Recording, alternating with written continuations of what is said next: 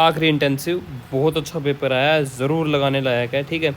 और इसके बाद एक जो आएगा मोशन का मैं डालता हूँ, ठीक है। इससे नेक्स्ट वीडियो में ही मोशन का डालूँगा, तो वो भी देख लेना। मोशन चैप्टर नहीं, मोशन इंस्टीट्यूट का जो उन्होंने गेस्ट पेपर निकाला है, बड़ा अच्छा क्वेश्चन पेपर हो, ठीक है।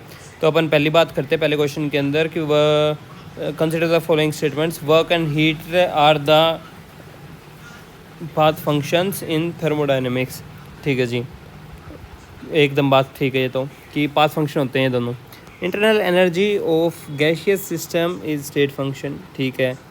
For gaseous system C P is greater than C V, ये भी ठीक है। Work done by the gases at the constant volume is zero, ये भी ठीक है। तो ये सारी स्टेटमेंट्स ठीक हैं, ठीक है। तो क्या है कि वो पाथ फंक्शन भी होते हैं, वाइल इंटरनल एनर्जी जो होती है गैसियस सिस्टम की, वो क्या होती है, स्टेट फंक्शन होती है इंटरनल एनर्जी, ठीक है। बाकी okay, C P minus C V क्या होता है, देखो अपने लिए C P minus C V क्या होता है, आर होता है, ठीक है जी। तो ये बात भी, सी पी बड़ा हो गया सी वी से, ये भी पता चल गया। और वर्क क्या होता है, पी डेल्टा वी होता है, कांस्टेंट प्रेशर कांस्टेंट वॉल्यूम होएगी तो वर्क क्या हो जाएगा, जीरो हो जाएगा, ये जीरो तो वर्क भी जीरो हो गया अपना क्वेश्चन।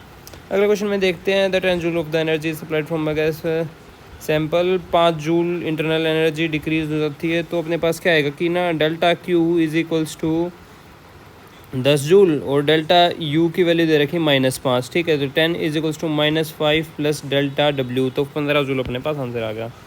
2 मोल दे रखे हैं हीलियम गैस के, जिनको मिक्स किया गया 3 मोल्स ऑफ हाइड्रोजन गैस के साथ। The molar specific heat of the mixture at the constant volume will be, तो क्या है, सी वी मिक्स निकालना है ना हमें, तो N1 CV1 plus N2 CV2 अपन में N1 प्लस N2 है ना, 3R/2 into 2 plus 3 into 5R/2 divided by 5, तो 2.1 R अपना आंसर आ जाएगा। टेम्परेचर ग्रेडियंट दे रखा है रोड का इतने सेंटीमीटर, अच्छा ये वाला क्वेश्चन काफ़ी बार छोटा है, अपन कर लेते हैं। डेल्टा टी अपॉन में डेल्टा एक्स की जो वैल्यू दे रखी है, कह रहा है कि ना जो अपना हॉटर एंड है 30 डिग्री और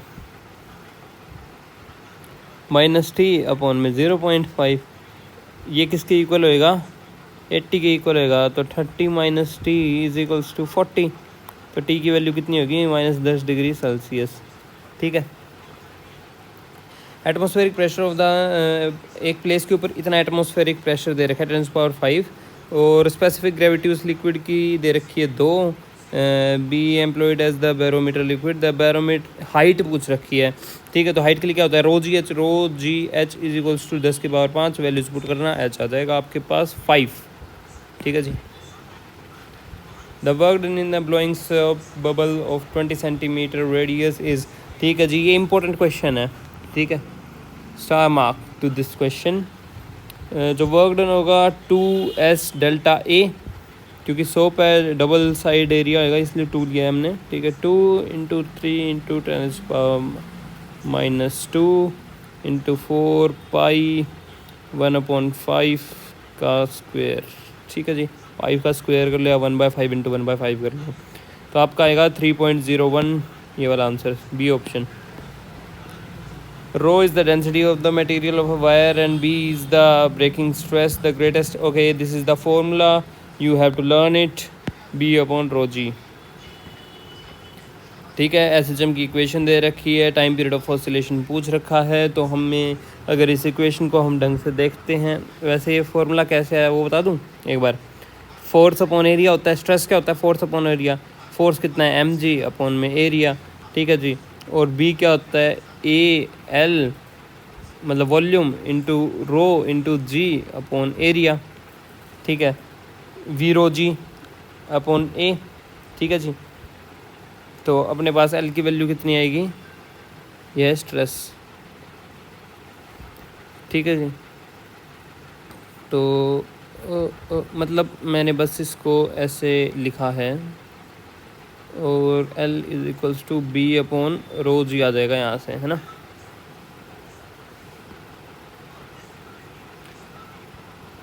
तो इसका टाइम पीरियड ऑफ ऑसिलेशन कैसे निकालेंगे, ये जो है d² अपन में dt² प्लस में ω² x इज इक्वल्स टू 0, है ना।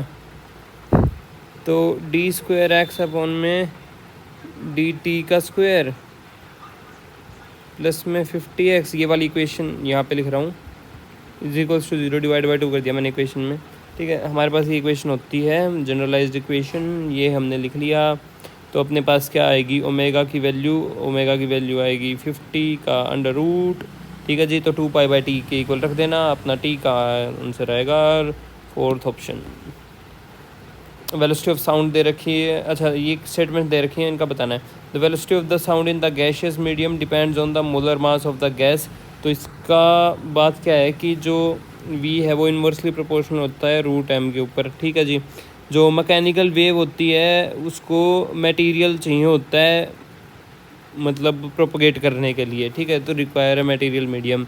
Speed of the sound is less in the humid air. दोस्त जो स्पीड ऑफ साउंड होती है वो इन्वर्सली प्रोपोर्शनल होती है डेंसिटी के। ठीक है,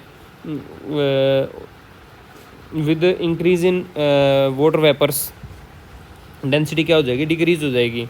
ठीक है, तो साउंड क्या होएगी, इंक्रीज कर जाएगी। ओके, तो अपना क्या होएगा, ए और बी करेक्ट है, आखिरी गलत। Okay, polarizing, yes it's a nice question, it can come in NEET, it's a 4-star question. Let's solve it now. Malus law लगाएंगे हम इसके अंदर। Intensity I dash is equals to I upon 2 cos square 45 degree. ठीक है, तो आई upon 2 1/√2 का square, तो कितना हो गया 25% अपना आंसर आ जाएगा। वैसे इसमें क्या हो रहा है, ऐसे था आई इंटेंसिटी आई, उसके बाद क्या हो गया i/2 बच गई, और ये कितना है 45 डिग्री पे है, उसके ऊपर आगे गिरेगा, तो उसके बाद क्या बचेगा, तो 25% की बच जाएगा।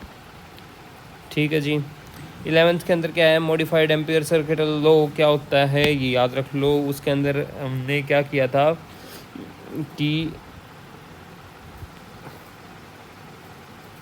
हाँ ठीक है, यही है अपना answer,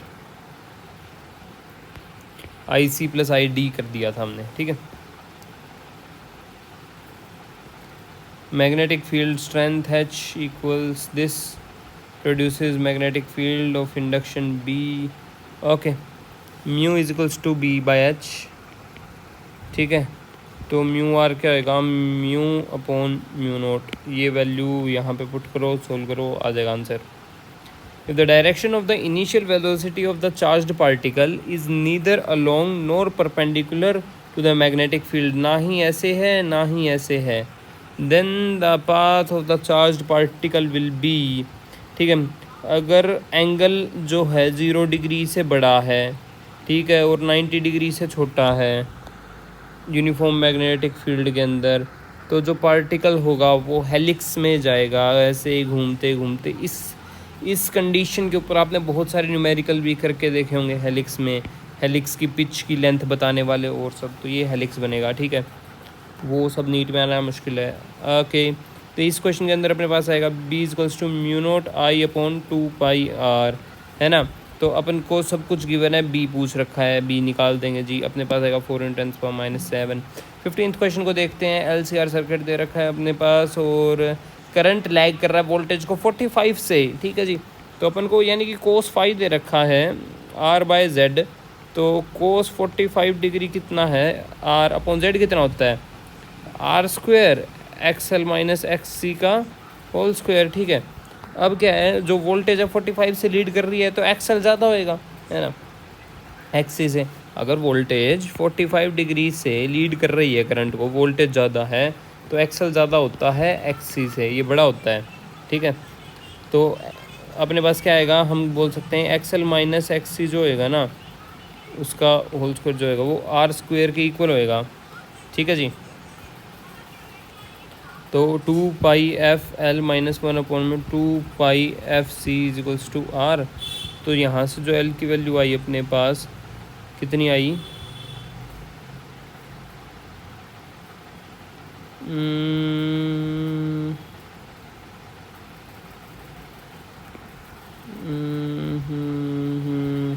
to pi FCR + 1/4π²F²C। ठीक है जी, तो इस टाइप का आंसर देख लो अपना first.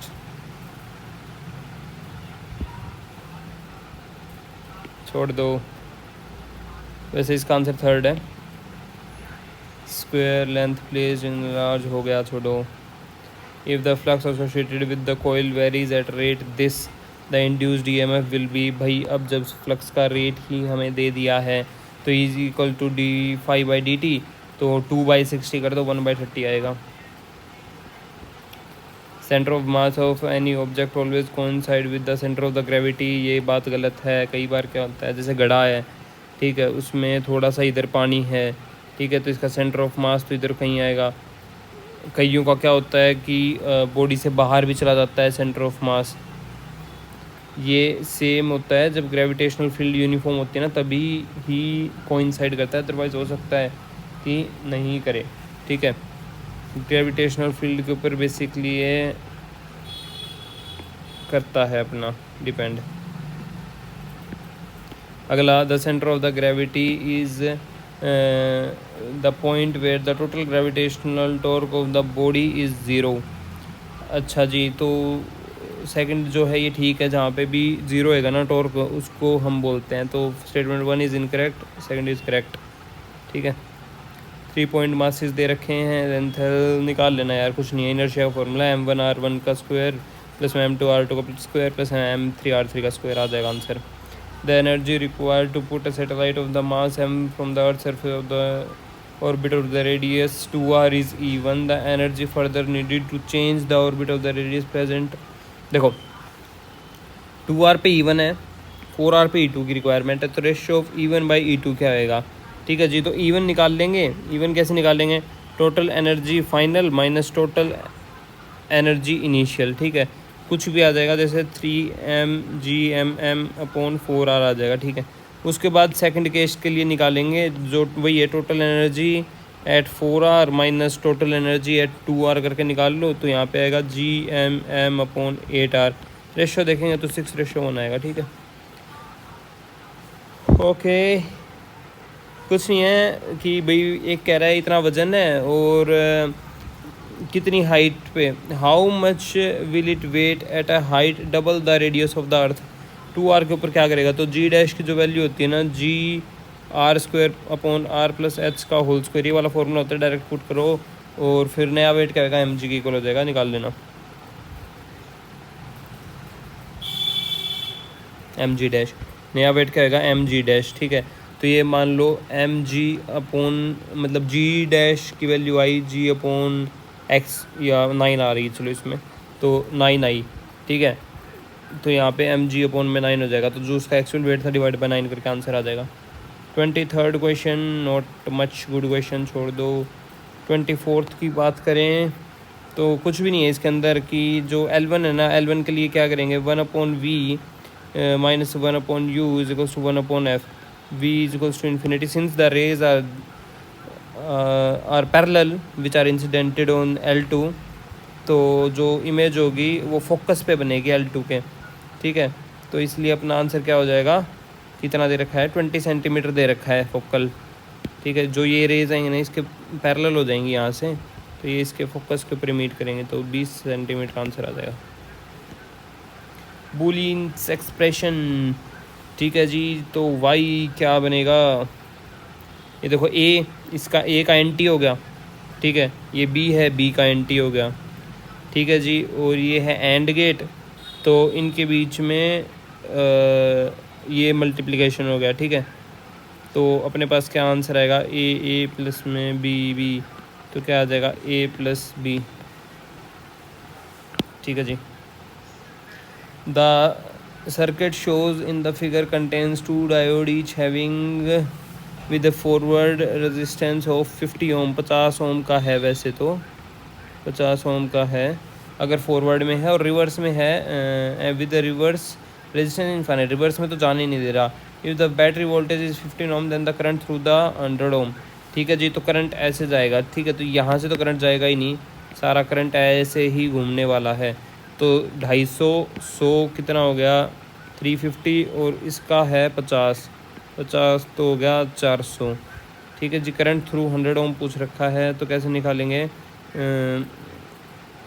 v is equals to IR, current पूछ रखा है, v है 15, R है 400, that will be our answer. तो 26 का आंसर आया 0.0375। भाई ये क्वेश्चन बहुत इंपॉर्टेंट है भाई, 5 स्टार। ठीक है, ये डायरेक्ट न्यूटन में उठ के आएगा। देखो, shortest wavelength correspond to maximum energy emission पूछ रखा है। ठीक है, तो 1/λ1 is equals to R 1 minus 1/∞। ठीक है, तो ये आ गया R। दूसरा क्या आएगा, 1/λ2 जो आएगा वो आएगा सेम, अगर ऐसी फॉर्मूला पुट करेंगे R 1/4 माइनस इन्फिनिटी, तो ये आ गया R/4। ठीक है, λ1/λ2 क्या है इस हिसाब से 1/4। ठीक है जी, कर लेना, ये क्वेश्चन बड़ा इंपॉर्टेंट है। 28th क्वेश्चन के अंदर देखते हैं। तो देखो कुछ भी नहीं है भाई, इक्विवेलेंट फोकल लेंथ निकालनी है मिरर की हमें। तो जो 1/FM होएगी ना, -1/FM is equals to 2/FL minus 1/F of mirror. हालांकि आने कम चांस है, बट देख लो, फॉर्मूले तो याद होने चाहिए भाई इसमें अपन को सारे। ठीक है, तो इसके अंदर वैल्यूज पुट करेंगे तो FM जो आएगा वो -FL/2 आ जाएगा। एक तो ये बन गया। ठीक है, दूसरा क्या है, जो इमेज है ऑब्जेक्ट के ऊपर ही बन रही है इमेज। ठीक है, तो जो ऑब्जेक्ट है वो सेंटर ऑफ कर्वेचर के ऊपर रखा होगा पक्का। इसका मतलब यही होता है कि जब इमेज ऑब्जेक्ट के ऊपर बने तो ऑब्जेक्ट कहाँ पे होगा, सेंटर ऑफ द कर्वेचर पे होगा, इक्विवेलेंट कनकेव मिरर के। ठीक है जी, तो हम कह सकते हैं कि जो -2FM है ना वो 40 के इक्वल होगा, क्योंकि कर्वेचर के ऊपर है ना। तो F, और यहाँ से अपन क्या कह सकते हैं, FL/2 बोल सकते हैं इसको, है ना। FL/2 इंटू 2, ये माइनस का था, ये भी माइनस का है, इज इक्वल्स टू 40। तो FL की वैल्यू कितनी आएगी, 40 आ गई। कर लेना भाई इसको solve. Photocell is illuminated by a point source of light which is placed at a distance d from the cell. The distance between becomes 2d, then the number of the electrons emitted will be भाई 1/4 हो जाएंगे। ठीक है ना। कैसे, जो intensity होती है वो इन्वर्सली प्रोपोर्शनल होती है d² के। तो इंटेंसिटी I/4 हो गई। अगर वो मतलब क्या कह रहे हैं 2d हो गए ना, तो d 2d का स्क्वायर 4d, तो 1/4 कर लेना। बहुत करा दिए यार ये वाले क्वेश्चंस। ये भी हो ही जाएगा, डायमेंशनल फार्मूला फॉर दिस। तो ये क्या है, एनर्जी डेंसिटी होती है ये। तो एनर्जी डेंसिटी क्या होती है, mL-1T-2। ये डायरेक्ट याद ही होना चाहिए एनर्जी डेंसिटी का। तो आपको क्या, एनर्जी डेंसिटी मतलब एनर्जी अपॉन वॉल्यूम कर लो, ऐसे करके डायरेक्ट आप निकाल सकते हो। तो 31 का फर्स्ट ऑप्शन हो जाएगा करेक्ट। ओके, प्लैंक्स के लिए M1L2T-1, जैसे उसके लिए T-2 होता है एनर्जी के लिए, प्लैंक्स में वो डिवाइडेड बाय टाइम हो जाता है। सिंपल। क्या है, E=h ना, तो एनर्जी को फ्रीक्वेंसी से डिवाइड कर दो, प्लैंक्स आ गया अपने पास। ठीक है जी, फ्रीक्वेंसी इज 1/T, तो T से मल्टीप्लाई हो जाएगा। तो T की -2 होती है, तो वहाँ पे -1 बच गई। Particle moves in a straight line with velocity इतना, if the particle start from x, the position of the particle moving comes to rest. कोई खास क्वेश्चन है नहीं इसके अंदर, बस यही है कि ना u 0 है, तो 40 - 2 की वैल्यू 0 कब होएगी, इज इक्वल्स टू 0.5 आ गया। ठीक है, और dx/dt करेंगे इस इक्वेशन का, तो क्या आएगा 40 - 2, और dx/dt इज इक्वल्स टू 40 - 2 उधर चला जाएगा, dt इधर चला गया, तो इंटीग्रेट कर देंगे तो 4t² - 2t हो जाएगा। तो 2t², और इसकी वैल्यू अगर इसमें पुट करें 2 × 1/4 - 2 × 1/2, तो -1/2 मीटर अपने पास आंसर आ गया। ठीक है जी। The car start from the rest, move with the constant acceleration a, the ratio of the distance covered in the first second to the distance covered in the third second will be bro 1:2:3। Okay, sorry, ये वो नहीं है। Acceleration a से चलने लगी, the ratio of the distance covered कुछ नहीं है, एस फर्स्ट का लगाएंगे u plus a upon two, 2 - 1 तो क्या आएगा a/2। दूसरे में लगाएंगे तो u plus a upon to, 6 - 1 तो क्या आएगा 5a/2। तो 1/1/5 आंसर आ गया। ठीक है, J = FT, fourth option. The block of the मास, छोड़ो, कुछ भी नहीं है। फ्री बॉडी डायग्राम देखो, 40 न्यूटन का उधर फोर्स लग रहा है, 20 का इसका वजन है, ऊपर नॉर्मल लग रही है, नीचे 20 का वजन है तो 200 वेट लग रहा होगा, और इधर μn लग रहा होगा, ये फ्रिक्शन है। ठीक है, स्टैटिक। आंसर निकाल लेना। 37वां क्वेश्चन क्या कह रहा है? The car of the mass 1000 kg moving 20 metre की स्पीड से चल रहा है, रेस्ट पे आ गया 5 सेकंड में। एवरेज पावर पूछ रखी है, तो पावर क्या होती है? हाफ mv², नहीं, काइनेटिक एनर्जी होगी हाफ mv²। ठीक है, उसको टाइम से डिवाइड कर दो, ये कितने सेकंड्स हैं? 5 सेकंड्स हैं, तो आपके पास पावर आ जाएगी। थर्ड ऑप्शन आएगा। असर्शन रीजन है, block of the mass is dropped from the height spring constant k, the maximum compression in the spring will be given by x = √2gh। Okay, गड़बड़ है। देखो क्या है कि ना, हाफ mv² = mgh, तो v की वैल्यू आती है यहाँ से √2gh, है ना, √2gh आई v की वैल्यू। तो half k x² x max है, x मैक्स का square = mgh plus x max, है ना। तो जो x मैक्स है वो √2mgh/k के इक्वल यहाँ से नहीं आ रहा। ठीक है, हमने इतना तो देख लिया। क्योंकि वो तो तब आता जब ये वाला हम केस मतलब कंसिडर नहीं करते। ठीक है, इन ये कर रखा है, तो यहाँ से अपने पास क्या आ रहा है?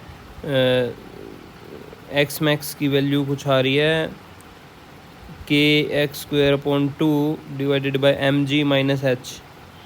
ठीक है, ये आ रही है इसकी वैल्यू, तो वो तो नहीं आ रही जो ये बोल रहे हैं। ठीक है,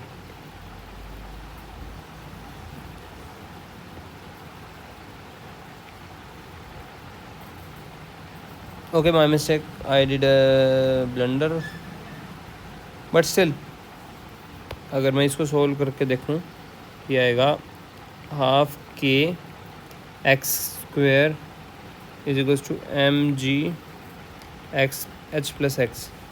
ठीक है जी, तो आएगा half k x² = mgh plus में mgx। ठीक है, तो kx²/2 माइनस mgx = mgh। ठीक है, तो वही यही इक्वेशन बनेगी। ये इसका कुछ ऐसा खास आंसर आएगा नहीं, जो ये कह रहे हैं वो डायरेक्टली आ ही नहीं सकता।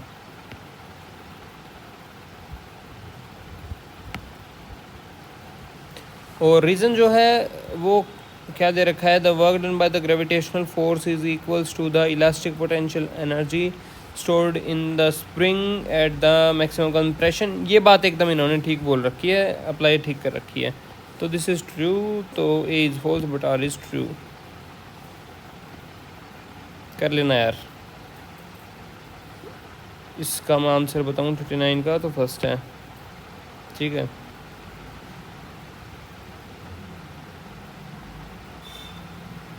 Not a big deal, directly आपने मैच ही करने हैं, ये तो कर ही लोगे, क्यों टाइम ख़राब किया इसके ऊपर।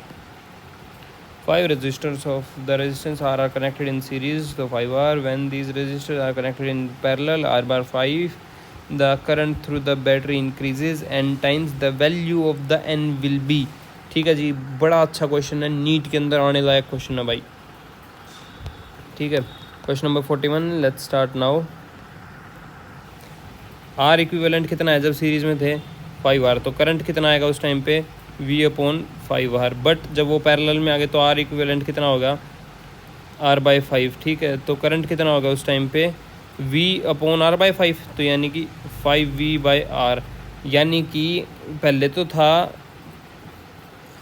अभी अगर हम इसको देखें तो I2 की वैल्यू क्या होगी? I1 की टर्म्स में लिखेंगे तो मैं लिख सकता हूँ कि ना V/R की जो वैल्यू है ना यहाँ से, वो है 5I = V/R, है ना। तो यहाँ पे v बाय आर सॉरी यहाँ पे v बाय आर की वैल्यू रखता हूँ तो I2 is equals to v by R की वैल्यू है 5y सॉरी, तो 25i आ गया मेरे पास आंसर 41 का first.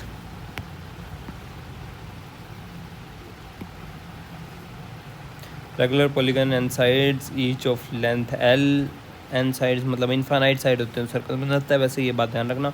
Each corner of the polygon is at distance r from the center. The identical charges of equivalent are placed at all the corners except one. The magnitude of the electric field, जितना एक charge की वजह से electric field बनती है ना बस वही बचेगी, बाकी सारी कैंसिल आउट हो जाती हैं। फॉर एग्जांपल ये है ऐसे, ठीक है, रेगुलर है ये, ठीक है, ये डिस्टेंस क्या है r है, ये डिस्टेंस भी r है, ठीक है, ऐसे है ये फिगर। यहाँ पे सारी जगह मैंने q q q q रख दिया, तो सेंटर के ऊपर क्या है भाई, इसकी वजह से इधर जा रहा था, इसकी वजह से इधर कैंसिल आउट हो रहे हैं, इसकी वजह से इधर, इसकी वजह से इधर, इसकी वजह से इधर, इसकी वजह से इधर, ये सारे क्या हो रहे थे, कैंसिल आउट हो रहे थे, ठीक है। लेकिन मैं क्या करता हूँ, अभी एक को मैंने क्या कर दिया, गायब कर दिया, ठीक है जी, गायब कर दिया हमने एक को, ये रख दिया, ये रख दिया, ये रख दिया, ये रख दिया, ये रख दिया, इसको गायब कर दिया। तो आप ये मान लो जो गायब हुआ है ना, ये सारे तो अभी भी, ये तो इस तक कैंसिल हो जाएगा, इससे हो जाएगा, बट ये वाला जो है ना ये इस तरफ डायरेक्शन में अभी भी दिखाएगा, तो एक की वजह से जो होएगी ना वो बची रहती है। अब अगर एक क्वेश्चन आ सकता है कि मान लो -q हो जाए, तो क्या होएगा भाई, एक तो गायब था ही और -q और लगा दिया तो -q और अट्रैक्ट करेगा, तो ये यानी कि 2f हो जाएगा। पहले तो f आ रहा था, अब +f और हो जाएगा -q की वजह से, तो ये क्या हो जाएगा, 2f हो जाएगा आपके पास। Electric dipole P initially aligning electric with electric field, the work done rotating it by 90 degree. तो भाई डायरेक्ट फार्मूला है, जो वर्क डन होता है u final minus u initial, और u की वैल्यू होती है -p.e, यानी कि -p cos थीटा। तो वर्क डन क्या होएगा, फाइनल तो होगी 0 और माइनस pe है ना, 90 पे है तो 1 आ जाएगा ना cos थीटा, तो अपने पास आ गया p आंसर आ गया। Reciprocal of the resistance will be conductance।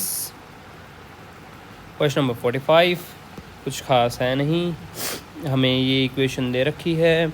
Equation को अगर हम इससे कंपेयर करें, y is equals to x tan theta minus G X square upon में 2u square cos square theta, ठीक है।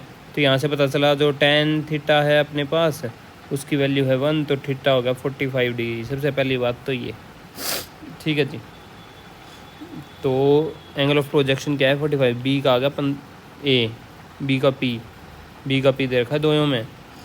उसके बाद हम क्या निकाल सकते हैं, जो जी अपॉन में 2u square cos square theta है ना, वो 1/80 के इक्वल है, ठीक है। तो यहाँ से u की वैल्यू आएगी अपने पास 20√2, तो u की वैल्यू आ गई 20√2 ठीक है जी। और एक आधी और देख लेते हैं अपन, मैक्सिमम हाइट निकालनी है। एच मैक्स क्या होता है, u square sine square theta upon 2g, तो ये क्या होगी 20, तो मैक्सिमम हाइट की एंड सी का आ गया r, तो अपना ऑप्शन हो गया दिस, ठीक है। और हॉरिजॉन्टल रेंज भी सेम फॉर्मूला लगा ही निकाल सकते हैं। तो thank you so much for watching making an achiever, hopefully आप लोगों को अच्छा हुआ होगा। एक ये सारी इंटेंसिव सीरीज़ आई थिंक आज कंप्लीट होगी, इसके बाद कोई क्वेश्चन पेपर है नहीं, तो इसके बाद हम दूसरे इंस्टीट्यूट्स के देख लेंगे। Please make sure to subscribe the channel, like it and share it with your